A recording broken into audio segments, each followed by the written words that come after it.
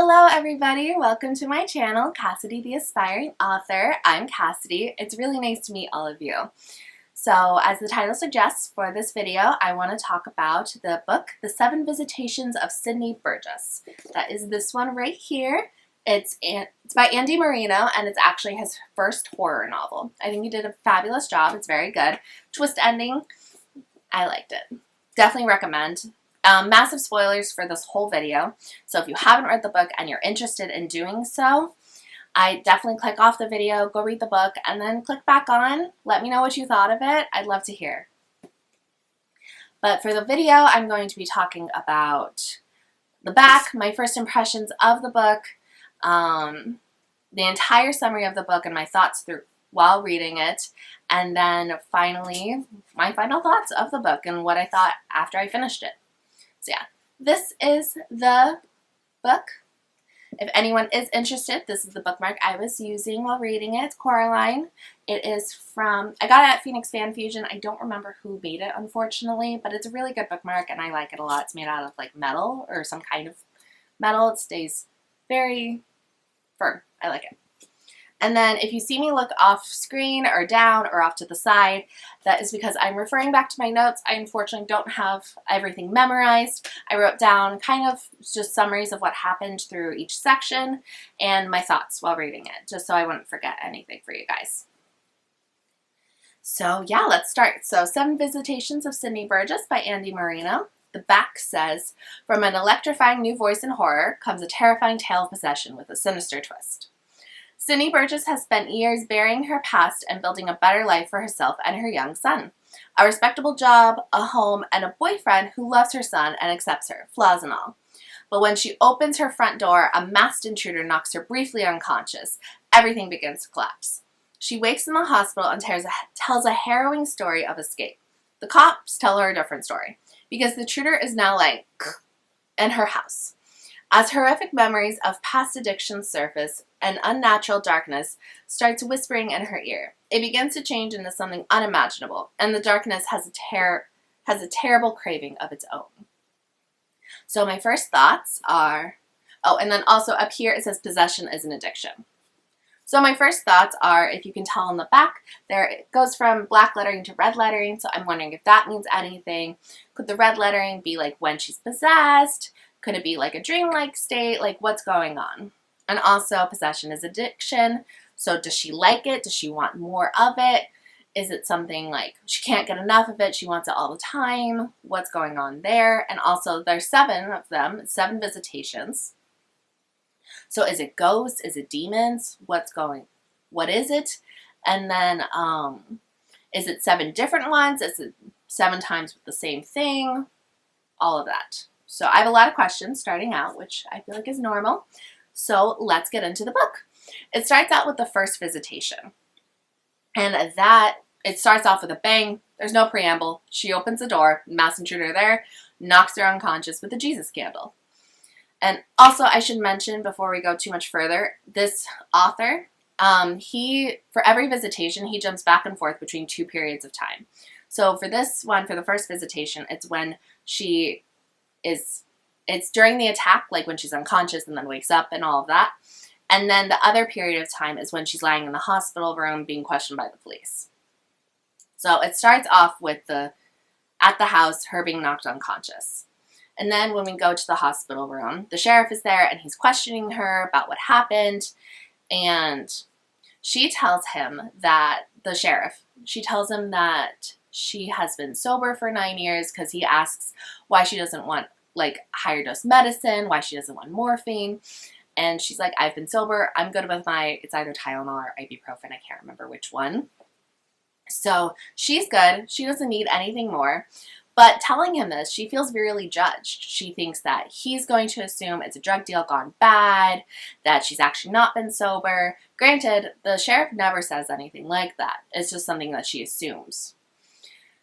But she's super insecure about it, and she's assuming that he's going to think the worst of her, just from that one thing that she hasn't done in 9 years. Then, when we go back to the intruder in the house. She wakes up from being unconscious. She's tied up in the guest bedroom, and she can hear the intruder shouting into the phone about how it's not there. He can't find it. He's searching. It's nowhere to be found. And so my first thought is, what is it? And could the visitations just be like actual like people coming over, like breaking into the house, looking for whatever it could be? I'm still not fully convinced that it's possession at this point, despite the front. I'm skeptical of everything, basically. But she wakes up. She's able to get the duct tape off her by using her boyfriend's cleats that are under the bed. She's able to move this massively heavy dresser in front of the door to kind of block him from getting in, at least temporarily. And she pops out the screen the screen in the window and escapes. She goes to the neighbors, they call help, and she goes to the hospital. Unfortunately, the sheriff tells her a different story. Not only did she unalive this guy that he claims, she poked him in the face with a knife 28 times in the face and the neck. He was basically just head completely off. And he's like, why would you do that? Like, she's like, that was not me. That couldn't have been me. I am not capable of something so gruesome and so horrifying. And then we go into the second visitation, and that is with Sydney going home with her boyfriend Matt and then her son Danny. Danny's 11 years old, and when they get home, the entire house is a mess. The intruder did not care. Everything is thrown everywhere, and also the cops probably didn't help at all because I don't think they care much about cleaning things up. So they go to clean. Danny goes up to his room to clean things up in there. And then Matt and Sydney go to the guest bedroom to look at the bloodstain that was left by the body. And Matt wants to move. He's like, this house now has bad juju. We can't be here any longer. We gotta go. Sydney doesn't want to. She's like, this is our home. Why would we let some evil man who broke in, like, take that from us? We need to just be able to move past it. Like, absolutely, let's redo the room, but I don't want to move. So my first thought reading this, Matt's being very nice and very accommodating and understanding, mind you. But my first thought is, does Matt have something to do with this? I literally trust nobody in a murder mystery. Not a single soul. Everyone's a suspect. Everyone's a suspect until the end, and even then, even after the end and whatever person was proven innocent, I still don't trust them. I probably never will. So I think Matt has something to do with it. I'm like, he's real sus. And he's just a loving boyfriend right now. And so she talks to Danny, and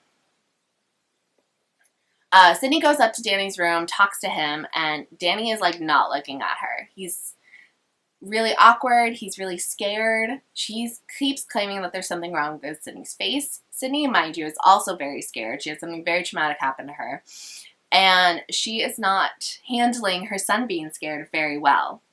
She is just looking at him, and she is refusing to allow him to not look at her. He doesn't want to look at her face because he keeps claiming there's something wrong, that it's not the bruises. She's like, no, it's the bruises that you're looking at. I am fine. And she's being very forceful with him. He's not having it. She finally was like, okay. She's like, I'm sorry. Like, she realizes that she was being too forceful, that wasn't the right way to go about it. And then, while helping him clean his room, she finds a nanopal. It's like a Tamagotchi, like the little digital pet that you have to feed and walk and take care of. And she's like, Danny, where'd you get this? He's like, that's not mine. Never seen it before in my life. And no one knows where it came from. The batteries are dead. Like, just will not turn on. And so she's like, this is weird. She takes it down to Matt, all of that. Also, during this entire interaction, Sydney is feeling very insecure about her relationship, both with Danny and with Matt. She is worried that things are just going to go bad. And especially with Danny, she is concerned that he is just going to take this really poorly, that Sydney feels like she has to be like an extremely good mother now, especially after the break-in and all that. She just doesn't want her son or her boyfriend to be scared. And so this one, for this visitation, it keeps going back and forth from when they first come home and are in their house versus in like the middle of the night, like dead of night. So in the dead of night, Sydney she can't sleep. She hears the the nanopal go off. And she's like, we did not put any batteries in this. It's still dead. How is it making music? So she goes down to see it. And then while she's going down to see it, we go back to present day, or during the day, I should say. And her and Matt put the nanopal in the cave. It's basically like a man cave, but it's for everybody, not just for Matt and Danny, so they just call it the cave. So they put it in the cave. The cave also looks untouched. Like, the intruder did not enter there. Nothing is out of place. Sydney is very skeptical about that. She's suspicious. She assumes that he just took extra care in that room and that it was perf and that he did go through that room. She doesn't believe that it didn't happen. And then they get a call from Matt's parents. And they're like, oh my goodness, Sydney, we were so worried about you. We're so happy you're okay. How about Danny come stay with us? He needs stability. And Sydney's like, no, Danny is my son. What are you talking about? Why would you even suggest that he go stay with you? That is not okay. She's like, well, he needs stability. And Judy, Matt's mom, raging bitch. She's like, oh, well, with your past and everything, meaning when she wasn't sober. And she's like, Judy, we're fine. We're going to stay. Danny's going to stay with us. Absolutely not.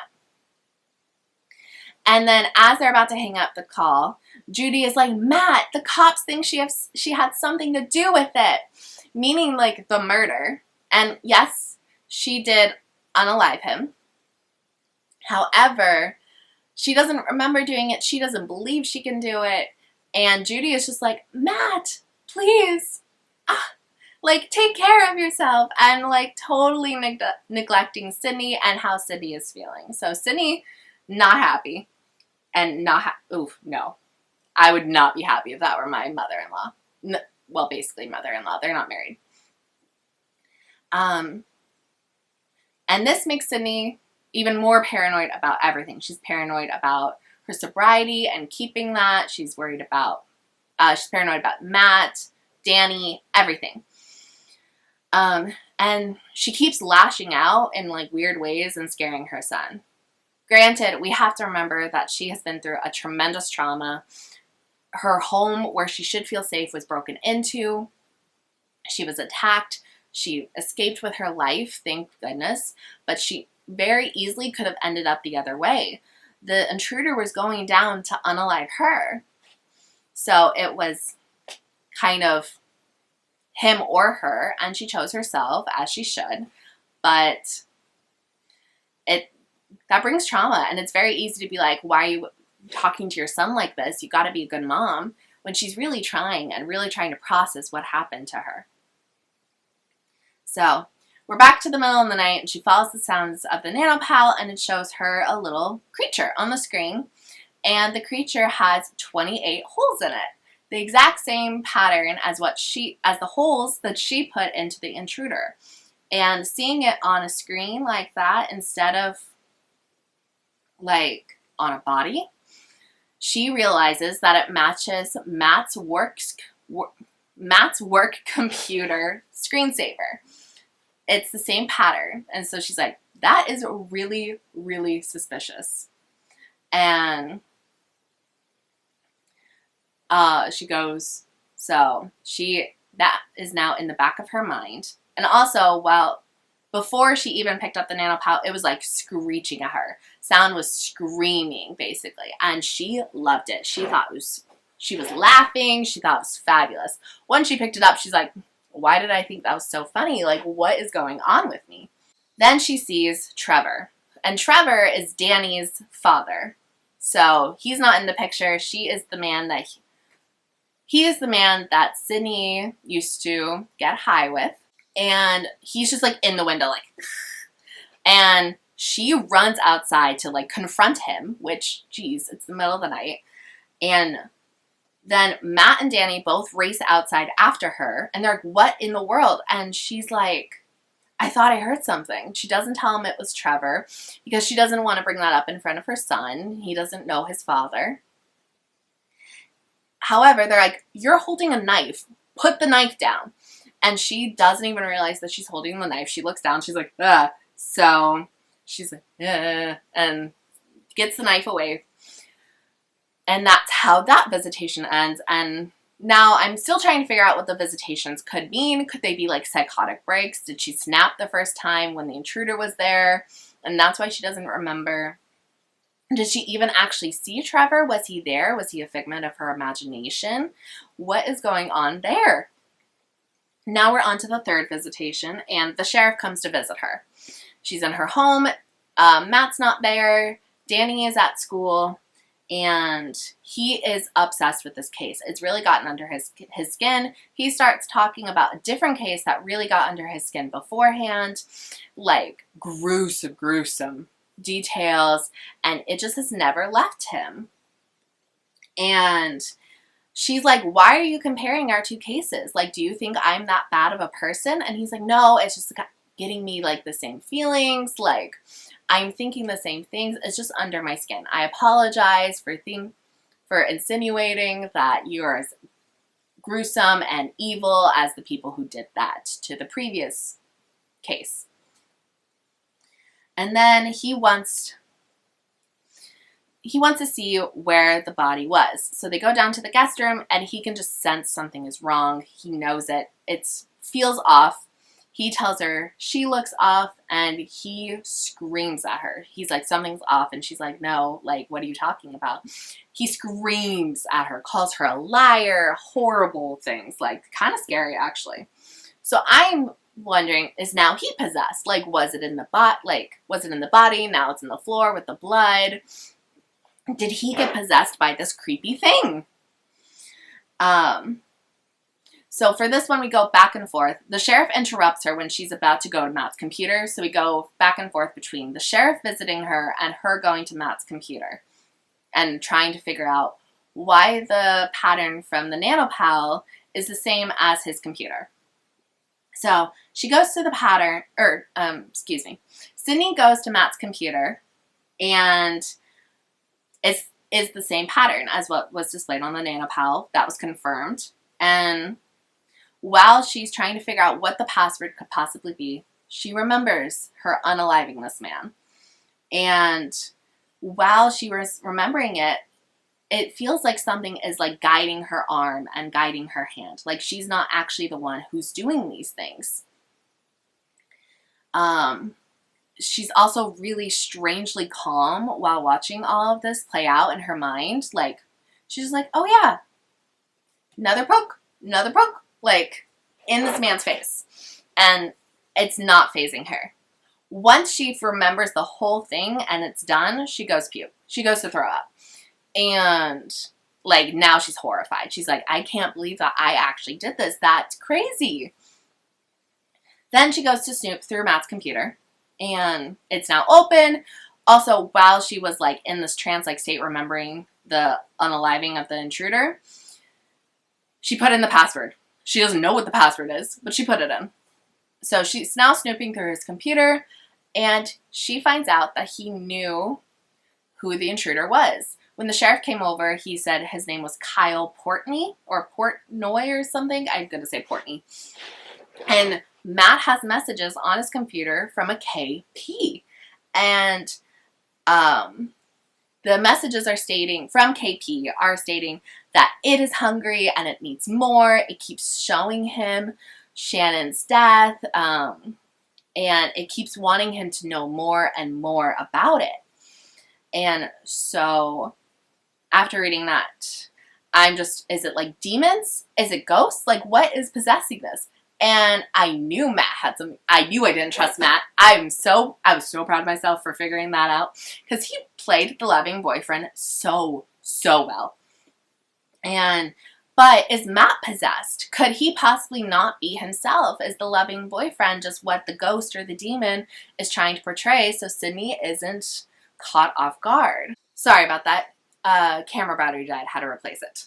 So I'm also wondering, did the demon or ghost or whatever, did it transfer from Sydney, or from the intruder to Sydney during their little encounter? But we continue. Sydney is so distraught that Matt had something to do with it. She nearly was not alive after this encounter. And her boyfriend, her loving boyfriend, had something to do with it. He knew who it was, and he claimed not to know a thing. She's so sad. So, oh my God. So distraught that she goes to the fridge for a beer that Matt keeps there. She's like, beer was never my thing of choice. I'm fine with it being in the house. And she never felt the urge to have one until that moment. So Danny comes home then as she has the beer in her hands, and it drops. It shatters on the kitchen floor. And luckily it's just Danny. He doesn't really know that it was a beer. Like, he knows it wasn't something that she was supposed to have, that it's kind of weird, that it's not obviously like water that was in that glass. But he sits at the table. They talk. As Sydney is cleaning up the beer, she reminisces with Danny about their past and how Danny was a big reason why she has the current job that she does.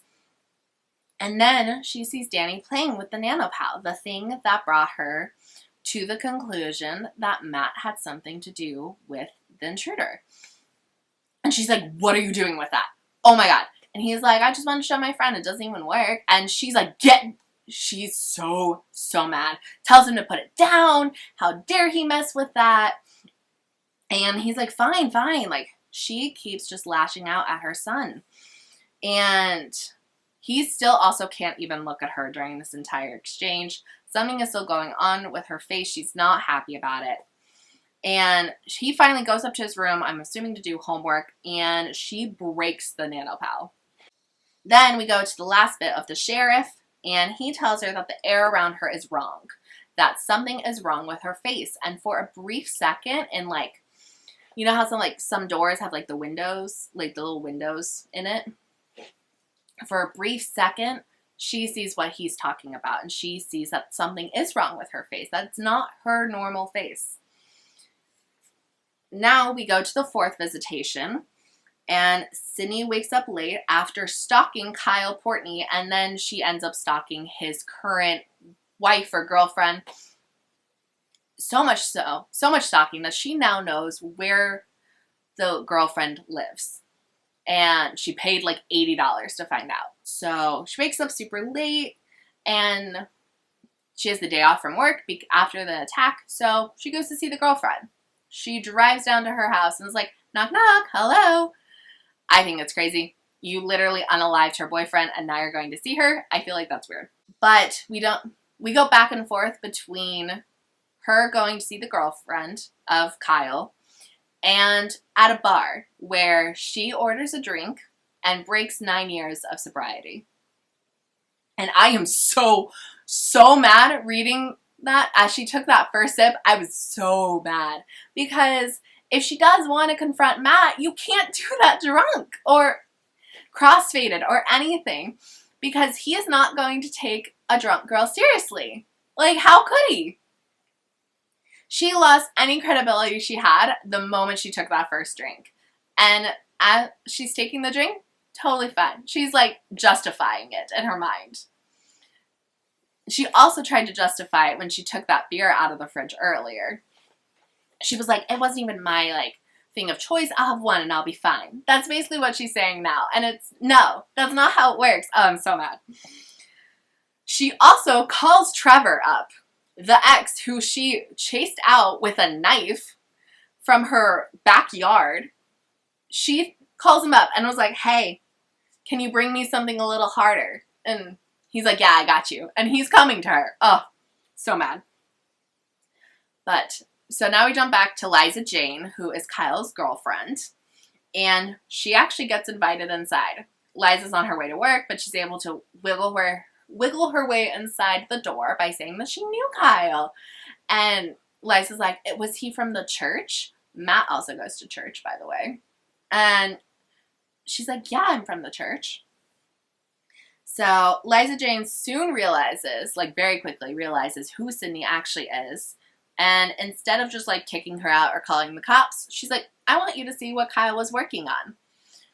And also, she is another one who says that something is wrong with Sydney's face. Sydney is so mad that everyone keeps saying something's wrong with her face.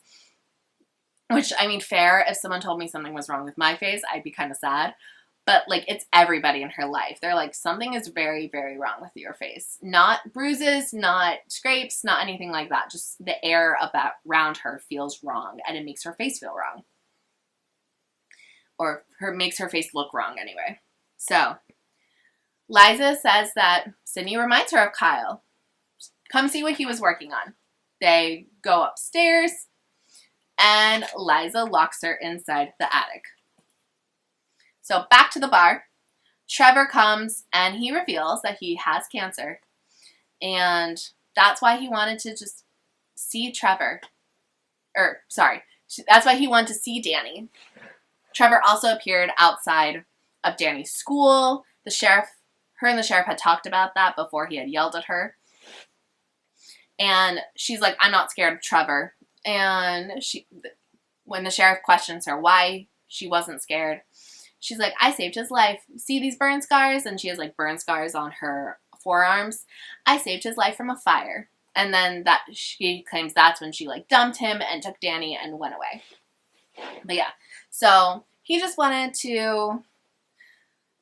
just wanted to see Danny. He didn't want to talk to him or have a relationship with him, but he's dying and he wanted to see his son. And he also brings her some Coca-Cola so that she can have more fun. And I am even more mad because she's just making things so much harder for herself. Matt is already going to be so mad at her and not believe her or listen to her at all because she's drunk. Now she has Coca-Cola in her system and I'm mad. I'm big mad. So back at Liza's, she sees there's like weird statues that Kyle made out of like bugs and like wings from the bugs. It's disgusting. And she is like super duper traumatized. They're horrible. Ugh, they're hideous. I can't even imagine looking at something like that. But while she's looking at all of that, she also remembers everything about that night with Kyle. Because as she calls it, the swimmer that's inside of her lets her. She now realizes that there's something inside of her and it's like protecting her mind from all these horrible things and it's letting her see everything a little bit at a time. And when it left Kyle, it did leave Kyle that night when she was poking him in the face with a knife and it entered Sydney. And so now what was once Kyle's is now Sydney's. And now it won't leave. It's just inside her. It's creepy. And so now I'm curious, does Matt know? Kyle reached out to him saying that it's bad, that Matt knows about it. He knows what this is like. So does Matt know that there's this like weird swimmer thing inside of Sydney? Does he have one? Did he have one? Is there a way to get rid of it? Like, Matt really needs to talk to his girlfriend about this. And so Sydney gets drunk and high. And Matt comes to pick her up because they have like the Find Your Friends app on their phone. Sydney at first is super mad about that. He's like, you have it too. It's not just me. He comes to get her. He realizes that who she's with is Trevor. He's so mad. And then as he's trying to get her out of the bar, she pukes on Matt's face. Ugh! Disgusting. I can't. Oh my God. I nearly puked while reading that part. I can't. Who does that? I'm like, and now, oh my God. She puked on his face. He will never take her serious. Like, oh my God. I can't even imagine. Ugh. Puking in general grosses me out. Puking on someone's face? Okay. Moving on. So now we're at the 5th visitation, and Sydney wakes up, and she's still drunk. And she wakes up to find that Danny is leaving their house. It's the middle of the night, mind you. Danny is leaving with Matt's parents. They're ushering him into the car. She runs outside. Matt tries to stop her. He eventually lets her go. And she's like, Danny! Like, is desperate to get him. Judy and Judy's husband, whose name I can't remember, he doesn't play a huge part in this, is like ushering him inside the car, and he's like, I'm going to like Grandma and Grandpa's, and she's so mad that Matt dared like get Danny away from her. Oh my god. She freaks out, and then after the freak out is over, she is riddled with guilt. She's like, how could I allow this to happen? How could I have been so dumb? Now I'm not gonna get to see my son. Oh my god. Ugh. And yeah, she is dumb. Like, how could you? Like, like, I know it's a disease. I am aware of that, but, and there was a lot of things that led to her drinking, but she wanted to find out what's going on, and now she ruined so much, in my opinion. So I'm so mad. I am still mad. But this visitation goes back and forth between her with Matt in that moment and then waking up strapped to some table, naked, and with people around her. So she wakes up strapped to a table or a bed or something, and there's a tube down her throat, and they're searching inside of her for something. They want something, and apparently she has it. And I am instantly like, it's Matt and his stupid church thing. Absolutely. And she just had to confront him. I'm assuming she confronted him, and that's what all this is. So she had to confront him while she was still all drunk, and now she lost. Like, she's strapped to a table. What the? Ugh. So we go back to her and Matt, and she did confront him. And he's like, no, nothing happened. He deleted everything from his computer. It shows her everything, but it's all deleted. So she's now questioning everything. He's denying everything. He's denying he knew Kyle. He's denying that anything ever happened. So, and I'm just like, she should have hunted for the proof beforehand, saved it somewhere, taken photos, printed it out, anything, and then confronted him with evidence. Like, that's what you do with, like, when you're going down this road. But no, she didn't. She had to be emotional. So, when she's on the table, strapped to it, she prays to the swimmer that's inside of her, because it is the only thing that will respond, and it demands love. To help her, it's like, I need you to love me. And so she's like, I love you. I love you. And in turn, it sets her free. And not only does it set her free, but then she wreaks havoc against everybody in that room. Every single one of them. Now back to her and Matt. Matt convinces her that he loves her, that he's there for her. He convinces her to believe him. And he gives her tea. Then she's knocked out.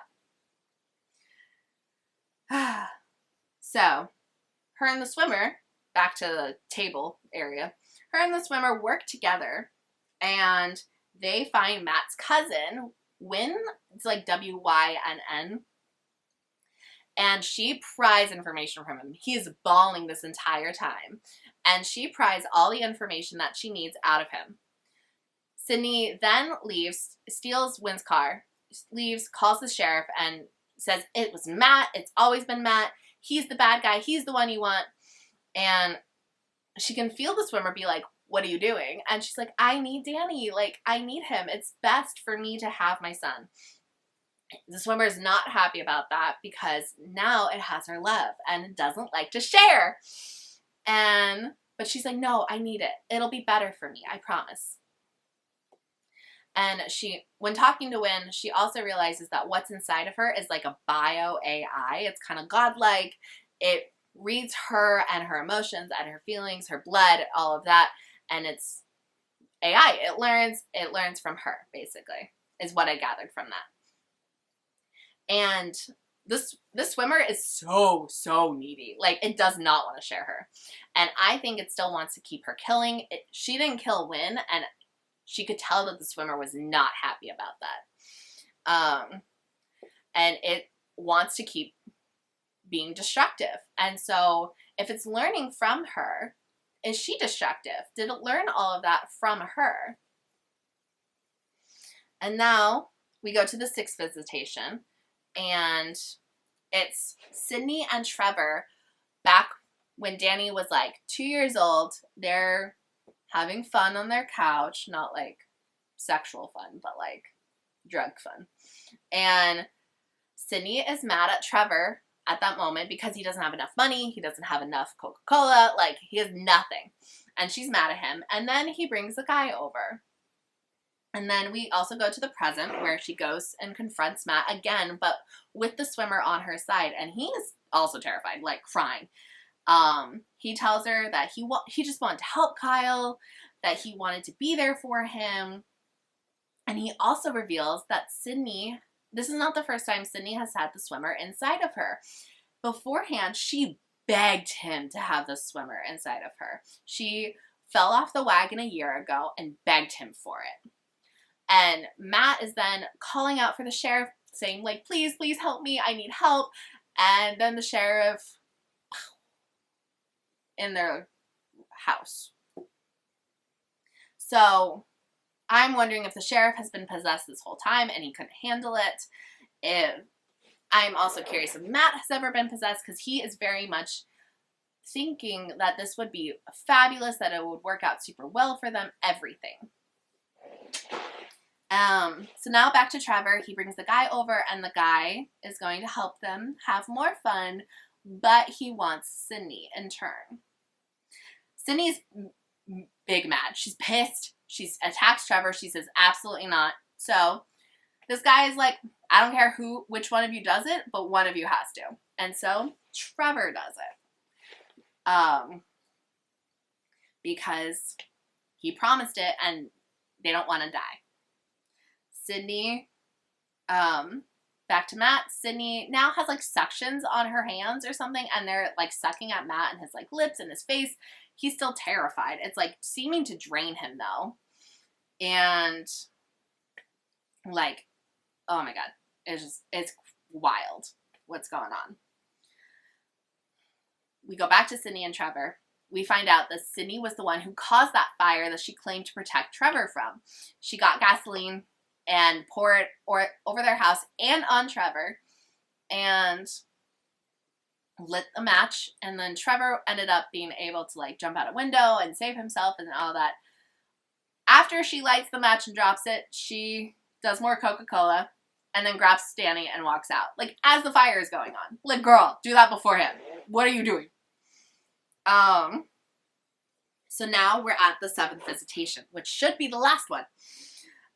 In the past, so we go all the way in the past, like 3 years sober, 5 years sober, all of that. So 3 years clean. She's living in like a super sketchy apartment. Her and Danny are, there's like no heat. It's freezing. Her and Danny make a little fort with a baby heater that they have to keep the heat in. And Danny's 5 at this time. Like, he's so little, but he's doing his best. Now we're 8 years clean, and she's out to dinner with Judy, Matt's mom. And Judy's being such a raging bitch. Like, I would drink if this was my mother-in-law. Jesus. Like, she's saying just horrible things about Sydney and about Danny. Like, she's not a nice person. We're 6 years clean, and it's her first date with Matt, and they go hiking. Sydney shares a super, super morbid story about her mom and when her mom died, and just, it's not a first date conversation. And Matt still likes her. He's still there for her. Still wants to be there for her. And so I'm like, was Matt into all this weird shit before he even started dating Sydney? Did he see her and was like, yes, she's perfect. Absolutely. Like, let's go. Did he hunt her out? Like, it was not the kind of story someone tells on a first date and then gets a second date. We're 8 years clean again, and Sydney walks out of lunch with Judy, which is so fair. But then she walks to a bar, and she has drinks. And she gets drunk, and she has every single intention to do worse. So 7 years clean, and they move into their house. It's big and beautiful, and it's theirs. Like, it's the biggest house that she's ever lived in, and she knows that just by human nature, if there's places to fill, they will fill it. Like, there will be room. But for now, she's so happy. Now we're 8 years clean and 1 day not. She stumbles home. It's so late. It's like midnight. Matt and Danny they were so worried about her. They're just so happy that she's okay. And she's like, I'm home and I brought presents. Yay! And they're like, girl. Danny goes up to bed and Matt offers the experiment. He's like, hey, my cousin, experiment. And she accepts it with no hesitation. There's no begging, but there is no hesitation in her saying yes. And now we are at the final visitation. And I'm like, I thought there were only 7. So, final visitation. And Sydney ends up lighting the house on fire with Matt inside. I'm pretty sure he was like beforehand. Sheriff was definitely, but she lights the house on fire. And then she goes up to Judy's and kidnaps Danny back. She elbows Judy in the nose, like breaks it, I think, which, oh my god, this lady definitely deserved something to happen to her, because she was not a good person. She doesn't end up dying or anything like that, but definitely has a broken nose. She kidnaps Danny. During this whole time, she's also has Coca-Cola in her system again. So this whole time, the swimmer is sort of at bay, but she can tell it's not super happy that she has Danny now, because now her love is split. She loves her son, but she loves the swimmer. And she does actually seem to genuinely love the swimmer at this point. It's not just something she said to get the swimmer out of her face. She loves him, or it. But swimmer's not super happy with everything. They end up going to a campsite that they've camped at many times before. When they get outside, they hear other campers in like nearby campsites, and Danny screams for help. He tries to escape. The other campers hear them, and they're like, we're on it. We got you. And then so they come to help. But Sydney has placed her hand over Danny's mouth with the swimmer's help and like drags him to a cave or something, or just where they're out of sight. And Danny then gets unconscious, and when he comes back to, he asks, do you love me? Which is what the swimmer has been asking her the whole time. So the swimmer is now in Danny, and that's just further verified by the fact that swimmer in Danny's body goes out and takes care of the campers that were just trying to help Danny. And this whole time, Sydney's like, yes, I do. She absolutely knows that it's the swimmer that's asking her, not her son. And she's like, yeah, I do love you. Like, girl. And that is how it ends, with the swimmer ending up in Danny's body. And it seems like it's not like how it was in Sydney's body. Like, it seems like it's just the swimmer, not like where it's Danny and the swimmer both.